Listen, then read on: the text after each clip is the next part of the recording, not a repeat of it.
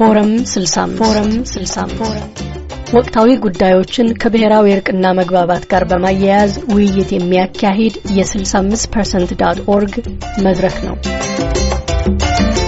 አቶ ሽመልስ ከሁለት ሳምንታት በፊት ለአዲሲቷ ኢትዮጵያ የጋራ ንቅናቄ በዋሽንግተን ዲሲ አካባቢ ባደረገው ስብሰባ ላይ ተገኝተህ ነበርና በስብሰባው ላይ የኢትዮጵያ የእርቅና ርትዕ ምክር ቤት መቋቋሙን ገልጸው ነበር።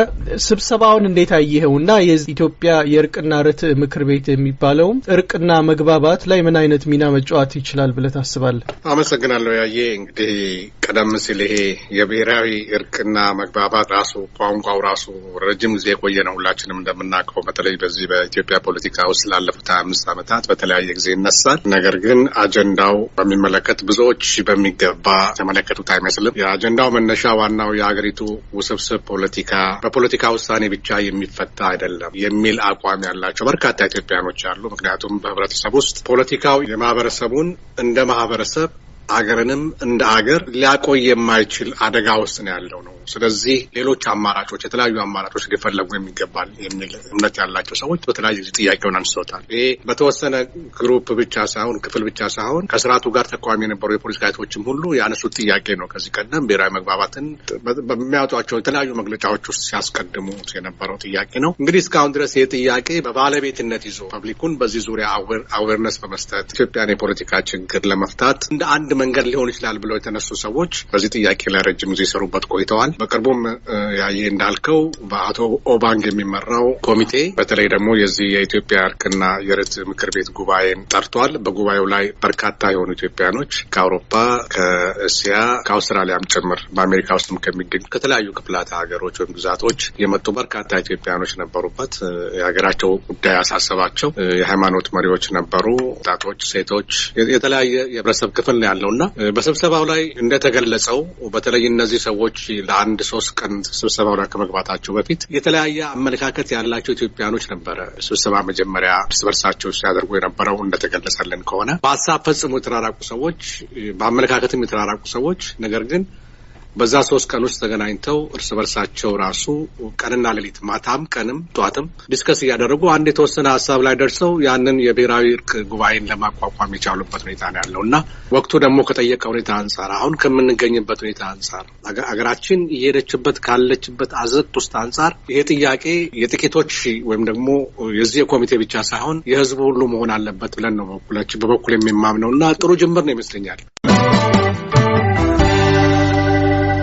በአጠቃላይ ይህ ጉዳይ ኃላፊነት ወይንም ባለቤት እስካሁን ድረስ አላገኝም የሚል ሐሳብ አለ በብዙዎቻችን ዘንድና በዚህ ረገድ የዚህ ምክር ቤት መቋቋም ምን አይነት ሚና ይጫወታል ብለህ ታስባለህ? እንግዲህ ያው መቼም የተለመደ ነው። በኢትዮጵያ ፖለቲካ ውስጥ የተለያዩ ኮሚቴዎች ይቋቋማሉ። ጊዜ እናያለን። ኮሚቴዎቹ ምናልባት በጣም ሰክሰስፉል ሆነው ያለፉ ኮሚቴዎች ወይም ደግሞ ግባቸውና ዓላማቸውን ያሳኩ ኮሚቴዎች በጣም ትንሾች ናቸው። ኖት ኦንሊ ኮሚቴ ብቻ ሳይሆን የተለያዩ የፖለቲካ ኃይሎችም ብለው የተለያዩ ሲቪክ ኦርጋናይዜሽንም ብለው ይቋቋማል። ግን በተወሰነ ወቅት ላይ ራሳቸው እየከሰሙ የሚሄዱባቸው ሁኔታዎች አሉ። ይህ እንዳይሆን በዚህ ኮሚቴ ላይ ከፍተኛ ጥንቃቄ የተደረገበት ይመስለኛል። በተለይም ምንድነው እሱ ቀላል አይደለም። በዚህ ኮሚቴ ውስጥ የዚህ ኮሚቴ ተግባርና ኃላፊነትም ቀላል አይደለም። አጀንዳው እንደሚያመለክተው እርቅና ርትዕ ነው። ብዙዎች ስለዚህ ጉዳይ ላይ ያው እንግዲህ እስካሁን ድረስ እኔም እስከማውቀው የዚህ ጥያቄ ሲነሳ ማንና ማን ተጣላ፣ ማንን ነው የምናሳርቀው፣ በስልጣን ላይ ካለው መንግስት ጀምሮ በተለይ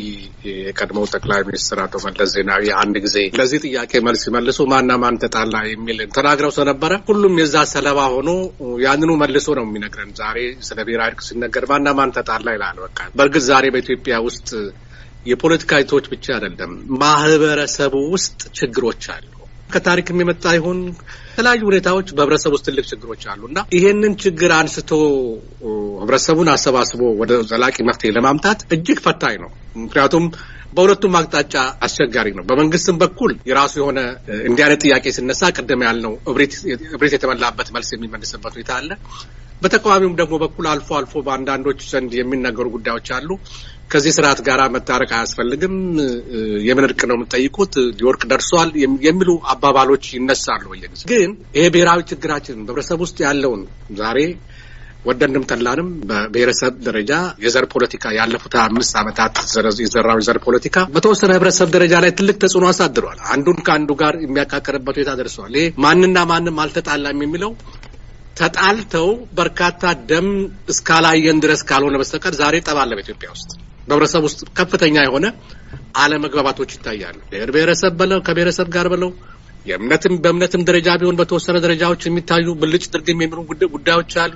ፖለቲካው ያው ወይሴዛት የፖለቲካው እንትን የምናየው ነው። በዛ ላይ መንግስት ደግሞ በየጊዜው የሚወስዳቸው በተለይ በሰሞኑ ያየን ያለነው ሁኔታ ይሄን ጥያቄ አሁን ብሔራዊ እርቅ ብለህ ብትነሳ በዚህ ሰሞኑ ብዙ ሰዎች ላይስማሙበት የሚችሉበት ሁኔታ አለ። ምክንያቱም መንግስት ራሱ እየወሰደ ያለው ወደ እርቅ ሊያመጣ የሚችል የፖለቲካ አካሄድ አይደለም። ሀገሪቱን ሰላም ሊሰጥ የሚችል ፖለቲካ አይደለም። ወይ ከኔ ጋር ሁን ወይ ተጣፋለህ ነው። ይሄ ደግሞ በጣም አደገኛ ነው። ስለዚህ ምናልባት በመንግስት ውስጥም ካሉና የሀገራቸው ጉዳይ እጅግ የሚያሳስባቸው ዜጎች ካሉ ለነሱም ጭምር መድረክ መክፈት ይመስለኛል። ተቀምጦ በጠረጴዛ ዙሪያ ይሄንን ችግር ለመፍታት እድሉን የሚሰጥ ይሄ እድል ደግሞ ካመለጠን እርግጠኛ ነኝ ሰው በሞተብህ ሰው በተገደለ ቁጥር ማንም ሰው እጁን አጣጥፎ የሚቀመጥ የለም። ዛሬ በጠመንጃ ኃይል በመሳሪያ ልታሸንፍ ትችላለህ። ዘሎንግ ረን ግን ህብረተሰቡ ውስጥ ደግሞ የከፋ አደጋ ውስጥ ከተረን። ስለዚህ ከዚህ አይነት አደጋ ውስጥ ልንላቀቅ የምንችልበት በተወሰነ ደረጃም ቢሆን ያለውን እስካሁን ያለቀውን ቢሆን እስቲ እዚህ ላይ ሊያቆም ይገባል ወደሚል ደረጃ ላይ መሄድ ያለብን ይመስለኛል። አንዳንዶች ሰው ገለው የሚሉ ጥያቄዎች እነሱ ጉባኤው እንዳለው የእርቅና የርትዕ ጉባኤ ነው ያለው። ያጠፋ የማይከሰስበት ያጠፋ የማይዳኝበት ላይጠየቅበት የሚችል ማለት አይደለም። ይጠየቃል። እያንዳንዱ ሰው በሰራው ጥፋት የሚጠየቅበት ሁኔታ አለ። ያንን ደግሞ ውሳኔ የሚሰጠው ምን መደረግ አለበት የሚለውን ህዝብ ነው። ስለዚህ በጥቂት የፖለቲካ ድርጅት ወይም ደግሞ ጥቂት ሰዎች አመለካከት ከዛሬ ጀምሮ ስላጠፋ አንተ እንደዚህ አድርጌያለሁ አንተ አጠፋለሁ አይነት ፖለቲካው ሳይሆን ፍትህ ርትዕ ሊኖርበት የሚችልበት ዳኝነት ጭምር መኖር አለበት የሚል ነው የብሔራዊ እርቅና ርትዕ ምክር ቤት ይመስለኛልና ከዛ አንፃር ነው የማየውና የዚህ ኮሚቴ ብዙ ነገሮች ጠብቁታል። ከግራም ከቀኝም የሚላተምበት ሁኔታ ይኖራል። ነገር ግን አርቆ አስተዋይና ሰዎች ያሉበት ስለሆነ በየበኩሌ ስለማመን ከዚህ በተረፈ ደግሞ በርካታ ምናልባት ኮሚቴው ጥንስስ ነው ዛሬ የተጀመረው በሀገራቸው ጉዳይ ላይ በዚህ ጉዳይ ላይ ከፍተኛ ምሁራኖችም አሉ ገና ያልተሰባሰቡ በዚህ ውስጥ ማለት ነው። እነዚህ ሁሉ ከገቡበት ምናልባት ሀገራችንን አንድ ታሪካዊ የሆነ ደረጃ ላይ ሊያደርሷት ይችላሉ ብዬ አስባለሁ።